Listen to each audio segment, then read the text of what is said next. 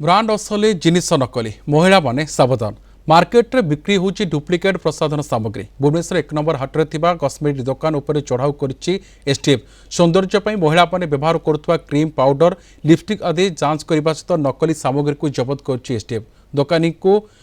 प्रसाधन सामग्री बिल मागिबा सहित ओडिशा बाहरु आसुथवा सामग्री जांच पई पठा जाइछि कॉस्मेटिक ऊपर मेनली हमर चेकिंग होची एसटीएफ हम ड्रग्स कंट्रोल डिपार्टमेंट तो मेनली कॉस्मेटिक कोडा में आज जेन्युइनिटी चेक करछु जेन्युइन कि नहीं तर क्यूआर कोड स्कैन करी हम देखु तर सब यदि किछि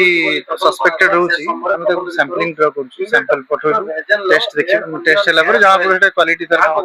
से नकली नहीं तार बिल सब अछि से डिस्टोर्ड आइटम सब से चेक करले जाना पड़ियो कौन दिस ने से हेयर अनियन ऑयल गोटे तार बिल अछि एठी सब डिस्टोर्ड अछन हम तांको माल किनिछु आ चेक हला पर जानि चेक करले जानि से डिस्ट्रीब्यूटर हम किनिछु ना हम तो पर्सनल तो कोड आनी तार एठी डिस्ट्रीब्यूटर अछन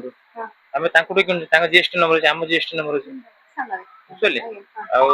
से जिनसटा से चेक करले पर जाना पड़ियो।